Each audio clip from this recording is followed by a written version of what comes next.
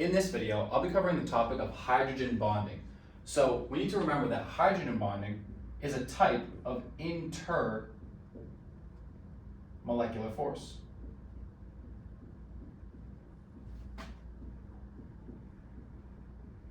So remember that intermolecular forces are the forces between two separate molecules. So this is an intermolecular force. Now, in order to make a hydrogen bond, we need two things to be true. We're going to need a hydrogen bond donor and a hydrogen bond acceptor. So, what is the difference between a hydrogen bond donor and a hydrogen bond acceptor? Now, one thing we need to get straight before we go through these are you need a donor and an acceptor to make a hydrogen bond. So, a hydrogen bond donor is going to be a hydrogen that is bonded to either a nitrogen, an oxygen, or a fluorine. So, this hydrogen, whether it's bond to a nitrogen, oxygen, or fluorine, is going to serve as our hydrogen bond donor.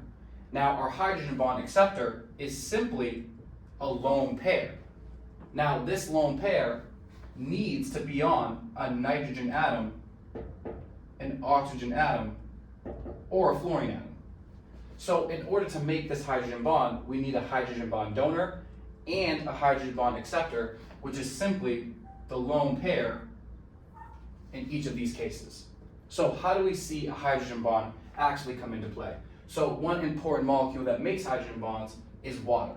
So let's say we have this water molecule right here, and it has two lone pairs, and another water molecule comes in contact with this water molecule. Well, can we make a hydrogen bond? We need to answer the question of, do we have a donor?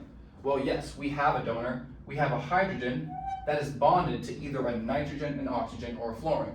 So this hydrogen or this hydrogen could have served as our hydrogen bond donor. Then, do we have a hydrogen bond acceptor? Well, yes, we have a lone pair on this oxygen, which falls in the category of our acceptor, a lone pair on a nitrogen, an oxygen, or a fluorine, that can successfully make this hydrogen bond. So the hydrogen bond is going to be the interaction between this lone pair, our acceptor, and this donor, this hydrogen atom, bonded to this oxygen atom. So this interaction is our hydrogen bond.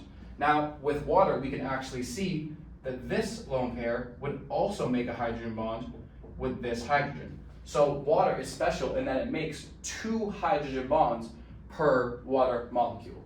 So as a recap, you need a donor, an acceptor, which is a hydrogen bonded to a nitrogen, oxygen, fluorine, a lone pair on a nitrogen, oxygen, fluorine, and we're going to see these two things come together to make a particularly strong intermolecular force that is hydrogen bonding.